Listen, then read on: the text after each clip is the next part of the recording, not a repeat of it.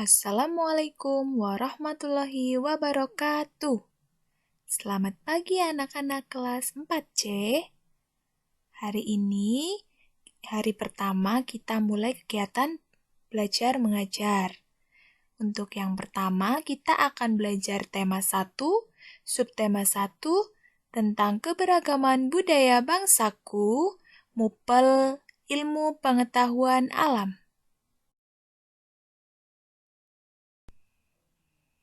Pertama, kita akan belajar tentang bunyi. Bunyi adalah getaran di udara.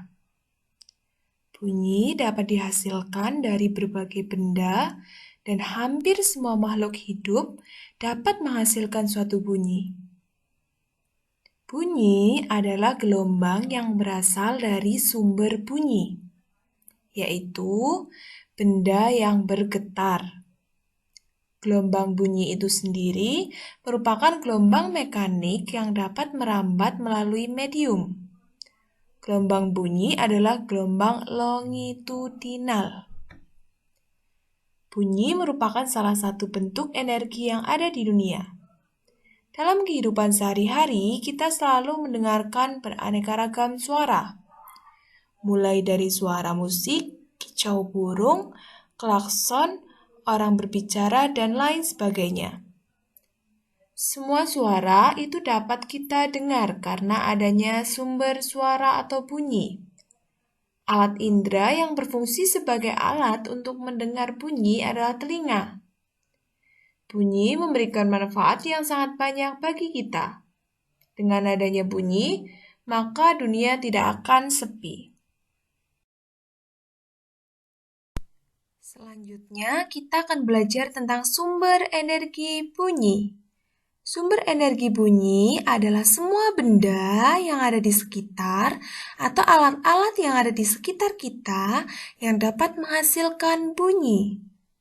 Sumber bunyi dapat bergetar akibat pukulan, petikan, tiupan, maupun gesekan. Sumber energi bunyi bermacam-macam. Coba perhatikan gambar di samping. Manusia bisa menghasilkan bunyi melalui pita suara. Ketika kita sedang berbicara, maka pita suara yang ada di tenggorokan akan bergetar. Coba perhatikan lagi gambar alat-alat musik di samping. Alat-alat musik itu juga merupakan sumber bunyi loh. Ada beberapa cara untuk memainkannya. Sebagai contoh, gitar dan kecapi. Alat ini dapat menghasilkan bunyi jika dipetik. Kemudian seruling dan trompet, jika ditiup juga akan menghasilkan bunyi. Anak-anak, sebagian alat musik dilengkapi dengan resonator loh. Ada yang tahu resonator itu apa? Resonator adalah ruang udara yang berfungsi untuk memperkuat bunyi. Alat-alat yang terdapat resonator adalah gitar dan biola. Kalian pasti pernah melihat gitar dan biola kan? Kedua alat tersebut dimainkan dengan cara dipetik. Ketika dipetik, gitar dan biola akan menghasilkan getaran senar yang menyebabkan bergetarnya udara di dalam kotak. Itu juga disebut sebagai peristiwa resonator. Anak-anak, bunyi akan terdengar kuat ketika kita berada di sekitar sumber bunyi. Bunyi juga akan terdengar semakin melemah ketika kita tidak berada di sekitar sumber bunyi. Tinggi rendahnya suatu bunyi ditentukan oleh frekuensi. Banyaknya getaran per detik disebut frekuensi. Kuat lemahnya bunyi ditentukan oleh amplitudo. Kemudian satuan frekuensi itu sendiri adalah hertz.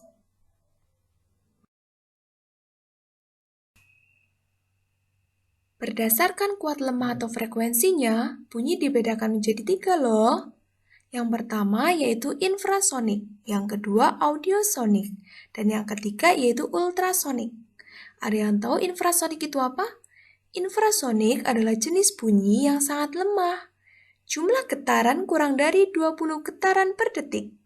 Jadi biasanya bunyi ini hanya dapat didengarkan oleh cangkrik, angsa, anjing, dan gajah. Kemudian bunyi yang kedua yaitu audiosonik, yaitu jenis bunyi yang dapat kita dengar. Jumlah getarannya berkisar 20 sampai 20 ribu getaran per detik. Dan yang terakhir yaitu ultrasonik, yaitu bunyi yang sangat kuat di atas audiosonik. Jumlah getaran bunyinya lebih dari 20 ribu getaran per detik.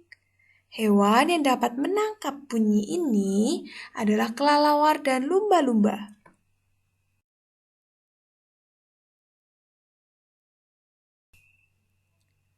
Selanjutnya kita belajar tentang sifat-sifat bunyi.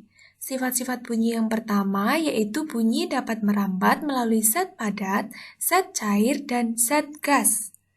Getaran bunyi merambat dalam bentuk gelombang. Oleh karena itu, bunyi yang merambat disebut gelombang bunyi. Gelombang bunyi dapat merambat melalui zat padat, zat cair, dan gas. Perambatan bunyi pada benda padat dapat dilihat dari mainan, misalnya mainan telepon-teleponan. Biasanya itu dimainkan ketika kalian masih kecil, yaitu menggunakan kaleng yang diberi tali. Kemudian, perambatan bunyi melalui benda cair dapat ditemukan ketika dua batu diadu di dalam air. Jadi nanti kalian akan mendengarkan suara melalui alat perantara. Bunyi tidak dapat didengar di ruang yang hampa udara seperti di angkasa luar. Astronot itu tidak dapat mendengar suara astronot itu sendiri tanpa menggunakan alat bantu. Jadi, bunyi dapat merambat jika ada zat perantara yang dilaluinya. Sifat bunyi yang kedua yaitu bunyi dapat diserap dan dipantulkan. Bunyi dapat mengalami pemantulan karena bunyi merupakan gelombang longitudinal. Berdasarkan jarak sumber bunyi dan dinding pemantul, maka bunyi pantul dapat dibedakan menjadi 3 jenis. Yang pertama, bunyi pantul memperkuat bunyi asli. Biasanya terjadi pada keadaan antara sumber bunyi dan dinding pantul jaraknya tidak begitu jauh, kurang dari 10 meter. Yang kedua, gaung. Gaung terjadi karena bunyi pantul bercampur dengan bunyi asli. Gaung biasanya terjadi pada jarak antara 10 sampai 20 meter. Biasanya gaung itu ada di dalam gedung bioskop, gedung konser, atau gedung pertemuan. Jadi untuk meniadakan gaung itu perlu dipasang bahan peredam bunyi. Bunyi pantul yang selanjutnya yaitu gema. Gema terdengar jelas seperti bunyi asli. Gema terjadi ketika jarak antara sumber bunyi dan dinding pemantul cukup jauh. Biasanya terjadi pada jarak lebih dari 20 meter. Kemudian, sifat-sifat bunyi yang selanjutnya yaitu bunyi dapat dibiaskan. Contoh adalah fenomena petir yang terdengar lebih keras pada malam hari dibandingkan siang hari. Ini karena suhu udara atas pada siang hari lebih dingin dibandingkan suhu udara bawah. Sementara pada malam hari sebaliknya. Kemudian sifat-sifat bunyi yang selanjutnya yaitu bunyi termasuk gelombang longitudinal, yaitu gelombang yang arah rambatannya sejajar atau sama dengan arah getarannya. Sifat-sifat bunyi yang selanjutnya yaitu gelombang bunyi mengalami pelenturan. Gelombang bunyi dapat mengalami pelenturan dengan mudah karena gelombang bunyi di udara memiliki panjang dalam rentang sentimeter sampai beberapa meter. Kemudian sifat-sifat bunyi yang terakhir yaitu bunyi atau gelombang bunyi mengalami perpaduan. Perpaduan bunyi dibedakan menjadi dua, yaitu interferensi konstruktif atau penguat bunyi dan interferensi destruktif atau pelemah bunyi. Misalnya, kita berada di antara dua buah loudspeaker dengan frekuensi dan amplitudo yang sama atau hampir sama, maka kita mendengar bunyi yang keras dan lemah secara bergantian.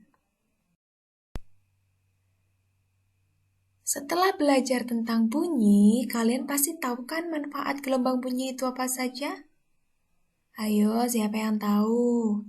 Manfaat gelombang bunyi yang pertama yaitu dapat digunakan untuk mengukur kedalaman laut.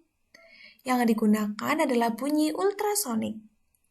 Yang kedua yaitu mendeteksi janin dalam rahim, biasanya menggunakan bunyi infrasonik. Yang ketiga, mendeteksi keterangan suatu logam dan lain-lain.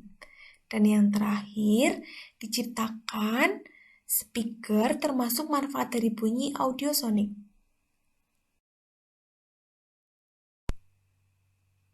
Selanjutnya, yaitu perubahan bunyi melalui alat musik.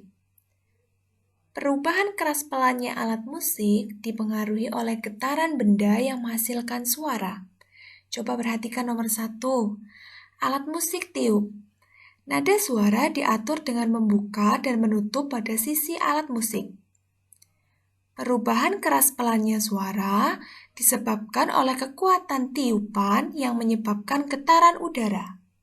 Kemudian perhatikan yang nomor 2, alat musik pukul. Dimainkan dengan cara dipukul. Akibat pukulan, alat musik akan bergetar dan menghasilkan suara, seperti kendang ya. Yang ketiga, alat musik gesek. Dimainkan dengan cara digesek. Gesekan terhadap rentangan senar yang semakin kuat dapat menyebabkan perubahan energi bunyi. Terima kasih atas perhatiannya.